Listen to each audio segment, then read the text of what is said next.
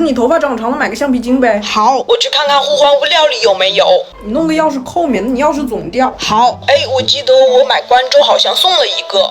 夏天空调房你得买空调毯吧？哦，那我去看看应援会有没有出的吧。嘴巴闲不住就去买点小零食吃好吗？哦，好。上次顺少了，那我下次去线下的时候多顺点回来。你衣服又乱丢，买脏衣篓嘛。好，我看看有没有产出老师做这个吧。你去买个大一点的碗，多吃一点好吗？好，那我正好去找个能定制餐具的，印个我单的笔杆人。